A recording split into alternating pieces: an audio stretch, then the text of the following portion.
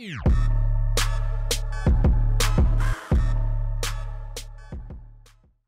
what's up and welcome. I am the one and only WestCoastKing, and welcome to the first real episode of this Dortmund career. I do wish it had gone a little bit more smoothly than what's taken place. I apologize for the delay in getting this video out. I had a little bit of technical difficulties. My microphone didn't record when I actually recorded the first episode, so I have to kind of do this post-commentary type of video, which I don't normally do, so hopefully next episode we'll be back and running on all cylinders, but today it's kind of a little bit of a mismatch type of a deal going on, so yeah, apologize for that, but let's get into this thing. So I had a look at all of your suggestions from episode 0, and as you can see, I reevaluated the shortlist, and I tinkered with it a little bit. Gone are some of the names from the ones I had on there before, so remaining from the initial list that I had, we have Robert Lewandowski, who still remains my #1 target in this series, and I'm thinking we might be able to get him in this first transfer window, hopefully. Also, Alphonso Davies remains on the list, as well as Weston McKennie. Those are a couple of players that I think we can both agree on that could be useful to this team and you want to see in at Dortmund. Gone is Jack Harrison. I think that no one really wanted to see him at Dortmund. Plus, I mentioned some of the players that are currently at Dortmund, I didn't feel like they really were good enough to be there. And I'm not saying Jack Harrison's a bad player, but I'm saying I don't think he quite fits the team, and I'm not sure he's quite up to the standards that I'm looking for. So I took him off the list. And also John Brooks. That was a big debate in the comments of last episode. The only holdup with him, it's not that he wasn't good enough. He absolutely is that I just had him in a different series, and I wasn't sure I wanted to repeat having him as a player that quickly in another series. And I think you guys agreed with me on that I shouldn't do that. So John Brooks will not be taking part in this Dortmund career, at least not with us. Now, I also added a few names to the list. As you can see, a couple of midfielders. Sergej Milinkovic-Savic is one that I really like the look of. He's like 6'3", an absolute monster of a man. And he also has 4-star skills and 4-star weak foot, I believe. He just looks really good. The only problem with him, though, would be that he's already over 80 rated, so he's going to be quite expensive. Not sure if he's going to fit into the transfer budget, as again, my #1 target is Lewandowski, who in his own right is very expensive. Also a midfield option that I added to the list per your suggestions was Leander Den Donker, a very well-known, I would think, player coming out of Belgium. I'm surprised no major team in Europe has picked him up just yet. He has astronomical potential, but seeing as that he's still at his original club, I thought, you know what, I'll throw him on this list. Possibly if we could use another midfielder, I could have a look at him as well. Now, I also added 2 strikers to this list, and that was also per your recommendations. Kasper Dolberg, I would say, was probably the most highly recommended player coming in. The most people wanted to see him from the comments of last episode, so I've added him to the list as kind of my #2 option behind Robert Lewandowski, and also Timo Werner from Leipzig also would be another decent option. They're 2 very different strikers. I would say Kasper Dolberg is more like Robert Lewandowski, his style of play, while as Timo Werner is more like Aubameyang that we have now. So which one of those we possibly go with, either Lewandowski or Dolberg or Timo Werner, would really dictate the style of play that we're going to have throughout this career mode. Now, I did say this was going to be a massive rebuilding of Dortmund from the ground up, which means a lot of players were going to be sold. I did not, however, anticipate quite how many I was going to be able to sell in this first window, and honestly, I didn't want to sell this many players, but I felt like I got some really good deals on some of the players that I knew eventually would be out of the team, so I decided to go ahead and pull the trigger on them early in this transfer window. The very first day, in fact, we got an offer in on Lucas Piszczek. The offer was from Real Madrid. I think it was for about 16 or 17 million euros, and I talked them up to 20.9. That's a ridiculous price for a 32-year-old right back, especially when we have coverage behind him in the form of Jeremy Toljan, Paslak, who's out on loan, and Durm as well. I mean, we just have so many fullbacks. I thought this is a good deal. We can do this right now. I didn't transfer list Lucas Piszczek, though. I was actually going to wait until next season to sell him, and if I got an offer in, I'd have a look at it. It just turns out that I got such a good offer, I couldn't turn it down. Next up was Neven Subotic, and it's a player that's been long rumored to be leaving Dortmund, both for his and the team's wishes. Both kind of want to go their different ways. Just hasn't really worked out that way. I got an offer in for him for 6.4 million from Hamburg, which is, you know, a team that I a little bit close to my heart, a former career mode team. And I thought, you know what, that's close enough to his value, which I think was about 7 million, that I'm fine to let that happen. You know what, it's a player that needs to move on for him and for the team. So I was happy to pull the trigger on that deal. Another player that I did transfer list was Nuri Sahin. I just felt like this was a player that just wasn't good enough, in my opinion, to be at Dortmund. And I got a decent offer in for him, actually. 12.5 million from Leipzig is what the final deal was. I think they offered about 10 million, and I talked him up a little bit. Got a little bit more money out of him. 12.5 million for an 80 rated player that probably isn't going to get any better. That's fine with me. Another decent chunk of change added to the transfer budget. In the smallest deal that we had over the first month of the transfer window, I did go ahead and sell Park Ju-ho to Union Berlin, which is a second-tier Bundesliga team. 2.9 million euros is actually not that bad. I think he's a 30-something-year-old left back that is 73 rated, never going to get game time for me. He's so far out of the rotation, I didn't even know who he was. So, yeah, I was happy to get 2.9 for him. Honestly, I don't think he's worth that. Not sure why Union Berlin wanted to pay that, but I was happy to let him go. Now, 2 of the last 3 deals that I made in the first month of the window were quite difficult for me to pull the trigger on. This first one, Marcel Schmelzer, because he is the captain at Dortmund right now. But as an aging left back with no real pace to speak of, doesn't add to the attack all that much because he can't really get up and down the wing. And again, we have younger, higher potential options coming through the works. I got an offer of, I think it was about 14 million euros from Villarreal, and I was able to talk them up to 18.4.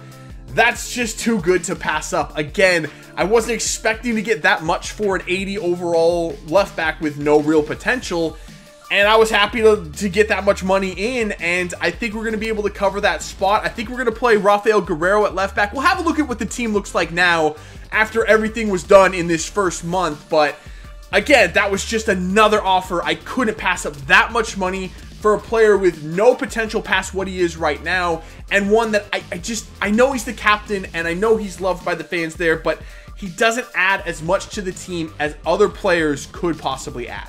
Now, this player wasn't so sad to pull the trigger on this one. It was Gonzalo Castro. To be fair, I think he could have been a good depth player on this team if I had decided to keep him, but his contract stated that his role was an important first team player. He wouldn't have been on my team.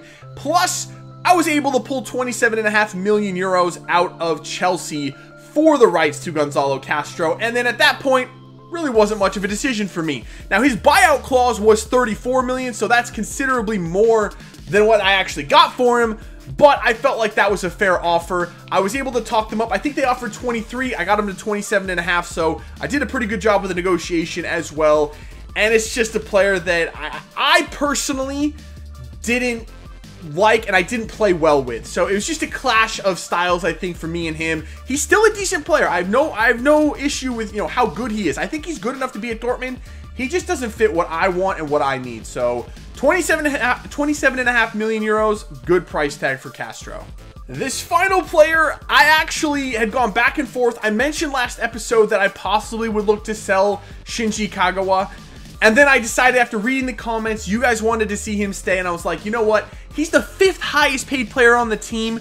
But despite that, he is 83 rated. 4-star midfielder. Still's got a little bit of, a little bit of time left in his prime. He's what, 27, 28, something like that. I think we can hold on to him for a year, maybe 2, and he could be a decent backup to probably Mario Götze. But then Roma came in with a 29 million euro offer, and at that point, I wavered a little bit, and I didn't accept it right away. I actually tried to negotiate for a little bit more. Roma said no, which honestly, 29 million for Shinji Kagawa is probably more than what he's worth. And at that point, I was like, you know what? I think we can do better. I really do. Götze's gonna have higher potential than Kagawa. He'll get up to the mid-80s, and we could get another midfielder in there to back Götze up this season. 29 million is a lot to pass up for Kagawa. and I had to pull the trigger on that one. So Kagawa is also gone, and that was the last player that we sold in the first month of the transfer window. Now, after selling off a handful of players there, I went ahead and looked at what we had left in the team and realized we don't have a whole lot, actually. The bench was looking pretty thin.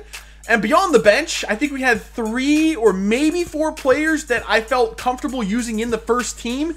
And then a couple of those were really in case of emergency only type of guys. So we had to go out and fill in some midfield spots. That was where we took the biggest hit with Sahin, Castro, Kagawa, and even Marcel Schmelzer affected the midfield because now we're probably going to play Rafael Guerrero at left back this season. He was a player I was planning on playing in the midfield, so I had to get more midfield depth in, and I went to the transfer list and your guys' suggestions. So I do look and I do listen and I do buy some of the players that you suggest, so keep the suggestions coming. The first one is Leander Den Donker, $23.5 million for this kid, 22 years old, so I guess not really a kid, but still young and a lot of potential in him. I think he has potential in the high 80s. Definitely a solid, more of a defensive midfielder, but I think he could be a good box-to-box type of guy as well. And I also went ahead and pulled the trigger on Sergej Milinkovic-Savic, I think is how you say his name. I might be getting the emphasis wrong somewhere in there. I'm not really sure. I'll probably end up just calling him like SMS because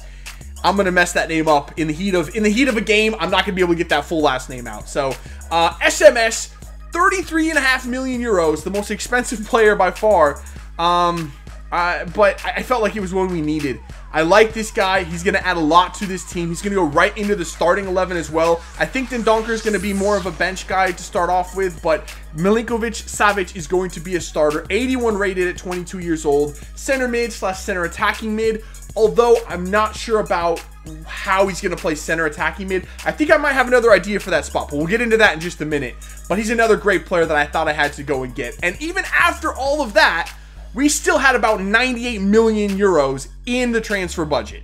Now, you may have noticed the one player I didn't mention as a player that I sold was Pierre-Emerick Aubameyang, and that is the one guy that I actually need to sell in this first transfer window. Unfortunately, I didn't get a single offer in for him in this first month, and my plan going in was to give it a month, give it this first month, see if we get an offer in for him. And I didn't want to transfer list him initially because that would take a hit to his value. I wouldn't get as big an offer in if I transfer list him as I would if someone just came in and offered for him. So I didn't want to transfer list him initially. Unfortunately, that didn't work out. So we are going to have to put him on the transfer list. I still think I'll probably get between 70 and 80 million for him. That's the plan. I won't take less than probably 60 or 65. But either way, with 98 million already in the transfer budget, 60 or 65 million coming in for Aubameyang, that's plenty of money to get Lewandowski and possibly a couple more players as well. So to have a look here at what we have in the team now, who still is here and what the team is looking like, here's what we have. We have Aubameyang up top still. We talked about that. Royce and Pulisic on the wings looks really strong, and Pulisic's already up to 81 overall. He's grown by +2 in this first month. Götze, Milinkovic-Savic, and Weigl are going to be my starting midfield, I think, going into the season. Those are two big, strong dudes in SMS and Weigl with Götze in there as well. It looks really, really good. Guerrero, we talked about, he's probably going to have to play left back this season with Toprak, Socrates, and Toljan across the back. It's good. It's strong. It's not as big as I'd like it to be. I still would like to get a bigger, stronger center back in there next to Socrates, but that probably will have to wait until season 2. And then we have Berkey still at goalkeeper. I'm fine moving forward with him until we can replace him via the Youth Academy, which I have set up. I forgot to mention that earlier, but I have set up the Youth Academy. We're staying in Germany. We're looking for defensive players. Again, a bigger center back and a goalkeeper would be ideal. On the bench, we do have Dahoud, who is going to be part of my starting 11. But I figured, you know what? I think SMS has more potential than Dahoud. Possibly. I could be wrong about that. But either way, they'll split time. I mean, we're not going to stick with one set lineup. We have so many talented players in this team. We don't have to. We can really mix and match them how we see fit. So Dahoud and Den Donker are on the bench. Yarmolenko, Bartra, Derm, Philip, and Weidenfeller. It's not bad. It's pretty decent depth. Good, talented players to bring off of the bench. It's just, it's a little bit thin, honestly. And I say that because here's a look at the rest of the team. There's only 10 other players in it. Schürrle, Sancho, Zagadou, Isak, and Roda are really the only other players that could possibly even potentially take part in the first team. And I'm not even all that thrilled about playing Sancho or Zagadou or Isak for that matter. They're a little bit raw. The rest of the players are never going to see time. They're either loan listed, on expiring contracts, or I'm just going to sell if I get an offer in. So yeah, it's pretty thin. I know that the areas of need right now, I think I want to go for another left back. Possibly Danny Acosta from RSL in MLS. A good young option there who has decent potential. I think could be a good player for us. Also, I think that in the winger positions, we're pretty good. We might go ahead and get one more. Possibly Alphonso Davies, a young option or a cheap option who's also young with lots of potential. I think would do good there. In the midfield, I think we're pretty much set. Striker and center attacking mid, though, even if we are able to get Lewandowski, this is what I'm thinking. I think we'll have enough money to get Lewandowski. No problem there, hopefully. And we might also have enough money left over to also get Kasper Dolberg, who could also play center attacking mid. And that way he would get plenty of opportunity to play. He'd be the backup to Lewandowski when he's not in the starting 11. And I could possibly start him in place of Götze sometimes in center attacking mid. It's an idea. That's the best I got. I think that would definitely help our striker options. Right now, our backup striker is probably going to be Andre Schürrle, not Isak. He's just not ready yet. That's the best I think that we can do at this point. So it wouldn't be a bad idea also to have Dolberg in the team, learning from Lewandowski, and really growing him to take over that spot once Lewandowski does get, decline a little bit. He's 28. He's not going to be great forever. We'd have a ready-made replacement already in the team, learning from a great striker, ready to take over at some point. So that is everything that happened in the first month of the transfer window. Once again, I apologize for this style of video. That won't happen again unless there's more technical difficulties, which I think I've sorted out, but hopefully we're good to go from here on out. Everything else will be live. Like I said, we have 98 million in the transfer budget right now. Once we sell Aubameyang, we should be up around 150, 160 million ideally. We should have plenty of money to play with at that point. Let me know what you guys think about the whole Dolberg replacement, bringing him in as well as Lewandowski if we have the money to do that. I think it's a really good idea. Let me know what you think about that, or any other replacement ideas that you have for the team. If you see any other areas of weakness that we could address, definitely let me know in the comments below. But that is going to do it for this one. If you did enjoy it, make sure to let me know by leaving a like below. Keep the suggestions coming, and I'll see you when we come back for some more Dortmund career. See ya.